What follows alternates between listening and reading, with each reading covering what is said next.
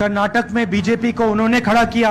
क्या कारण है कि इनको बीजेपी से निकाल दिया? क्योंकि इन्होंने भ्रष्टाचार नहीं किया, इसलिए इनको टिकट नहीं मिला। सीधी सी बात। बीजेपी की मीटिंग होती है, नरेंद्र मोदी जी भ्रष्टाचार की बात करते हैं और उनके स्टेज पे चारों ओर कर्नाटक के 40% वाले नेता खड़े रहते हैं। इन्होंने सरकार बनाई, पिछली सरकार, ये भी इनकी नहीं थी, ये भी चोरी की सरकार थी। मतलब वोट किसी और को दिया, पैसा देके खरीद लिया, सरकार बना दी।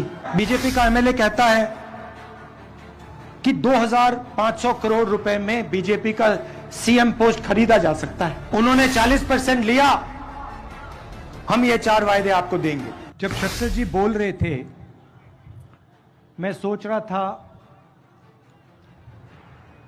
इतने सीनियर नेता को बीजेपी ने टिकट क्यों नहीं दिया। उन्होंने कहा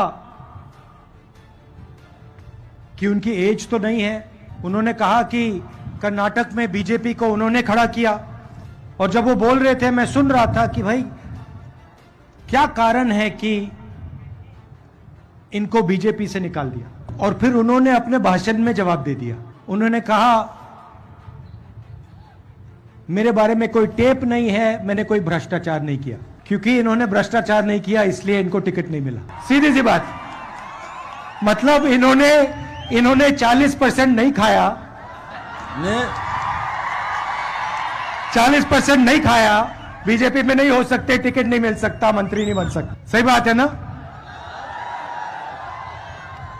कभी कभी बीजेपी की मीटिंग होती है, नरेंद्र मोदी जी भ्रष्टाचार की बात करते हैं और उनके स्टेज पे चारों ओर कर्नाटक के 40% वाले नेता खड़े रहते हैं। मोदी जी कहते थे भ्रष्टाचार से मैं लड़ता हूं, अब जो भ्रष्ट व्यक्ति नहीं है उसको निकाल दिया। मतलब आप भ्रष्टाचार के लिए लड़ते हो। अच्छा, विंगलेश्वर स्वामी गदग जी ने भी कहा, मजेदार बात कही उन्होंने कि बीजेपी ने मुझे डिस्काउंट दिया। मतलब 40% नहीं लिए, सिर्फ 30% लिए, वो भी मठ से। मतलब एक तरफ धर्म की बात करते हैं और फिर दूसरी तरफ मठ को डिस्काउंट देते हैं। 40% नहीं लिए, 30% ले लिए, बाकी कर्नाटक से 40%। कुछ भी काम करवाना हो, छोटा से छोटा या बड़ा से बड़ा, 40% लगेगा। कॉन्ट्रैक्टर एसोसिएशन नरेंद्र मोदी जी को चिट्ठी लिखता है, कहता है प्रधानमंत्री जी, कर्नाटक में बीजेपी की सरकार 40% कमीशन लेती है। आज तक चिट्ठी रिसीव ही नहीं की। जवाब छोड़ो, रिसीव ही नहीं की। मैसूर सैंडल सोप कॉर्पोरेशन में एमएलए का बेटा 8 करोड़ रुपए कैश लिए पकड़ा जाता है। पुलिस सब इंस्पेक्टर स्कैम में 80 लाख रुपए की ब्राइब होती है।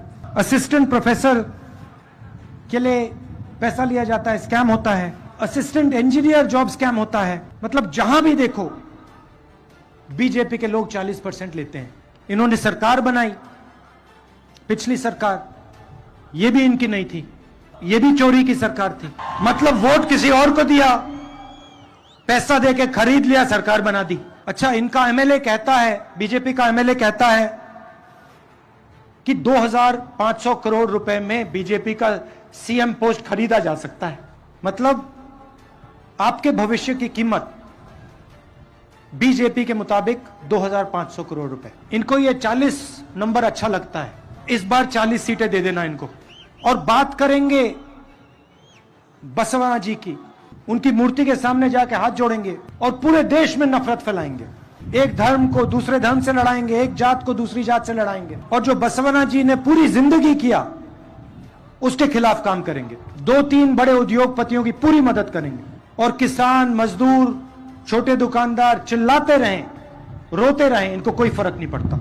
इन्होंने आपसे 40% पैसा लिया। पिछले 5 साल इन्होंने हर कॉन्ट्रैक्ट में आपसे 40% लिया। अब हम आपके लिए कुछ करना चाहते हैं। शुरुआत में ही हम 4 वायदे करना चाहते हैं और पहले दिन, पहली कैबिनेट मीटिंग में हम ये वायदे पूरे करने जा रहे हैं। मैं आपको बता रहा हूं, 2 दिन नहीं लगेंगे, पहले दिन, पहली मीटिंग में ये 4 काम होंगे।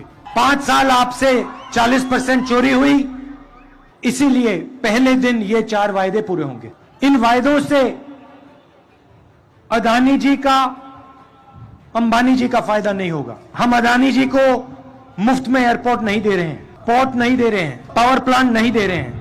हम कर्नाटक के गरीब कमजोर लोगों से 4 वायदे कर रहे हैं। पहला वायदा गृह लक्ष्मी, 2000 रुपए हर महीने हर महिला को। दूसरा वायदा गृह ज्योति, 200 यूनिट बिजली मुफ्त में हर महीने। तीसरा वायदा अन्न भाग्य, 10 किलो चावल हर परिवार के मेंबर को। और चौथा और सबसे जरूरी वायदा 3000 रुपए हर महीने हर ग्रेजुएट को और 1500 रुपए हर महीने हर डिप्लोमा होल्डर को। और ये शुरुआत होगी, पहले दिन होगा ये काम। उन्होंने 40% लिया, हम ये 4 वायदे आपको देंगे।